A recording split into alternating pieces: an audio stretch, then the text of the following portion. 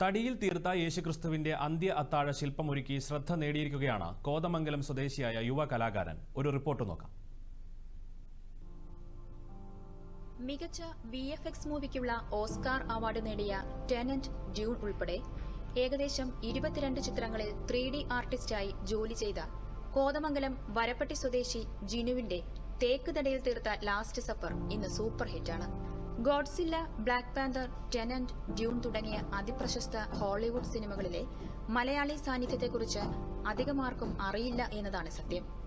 അദ്ദേഹം വർക്ക് ചെയ്ത സിനിമകൾക്ക് 2 വട്ടമാണ് ഓസ്കാർ നേടാനായത്. ഹോളിവുഡിലും ബോളിവുഡിലും വിസ്മയങ്ങൾ തീർക്കുമ്പോഴും പരമ്പരാഗതമായി കൈമാറി കിട്ടിയ വുഡ് കാർവിംഗിനും സമയം കണ്ടെത്തുകയാണ് ജിനു. ഒരു 12ഓളം വർഷമായിട്ട് VFX ഇൻഡസ്ട്രീസിലാണ് വർക്ക് ചെയ്യുന്നത്. ഏകദേശം 22ഓളം ഹോളിവുഡ് ഫിലിംസിൽ ഞാൻ വർക്ക് ചെയ്തിട്ടുണ്ട്. അതിൽ ഡ്യൂൺ, ടെനറ്റ് മുതലായ ഓസ്കാർ കിട്ടിയ ഫിലിമിലും വർക്ക് ചെയ്യാനുള്ള അവസരം കിട്ടിയിട്ടുണ്ട്.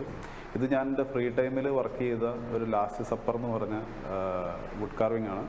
ഇത് ഏകദേശം 6 അടിയോളം നീളവും 4 അടി വീതിയുള്ള വർക്കാണ്.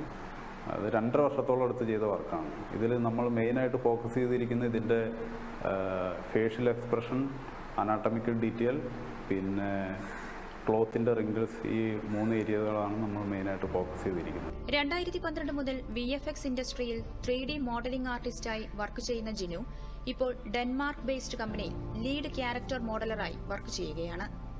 കൊറോണ കാലത്ത് വർക്ക് അറ്റ് ഹോം കിട്ടിയപ്പോഴാണ് അന്ത്യത്താഴ ശില്പത്തിന്റെ നിർമ്മാണം ആരംഭിച്ചത്.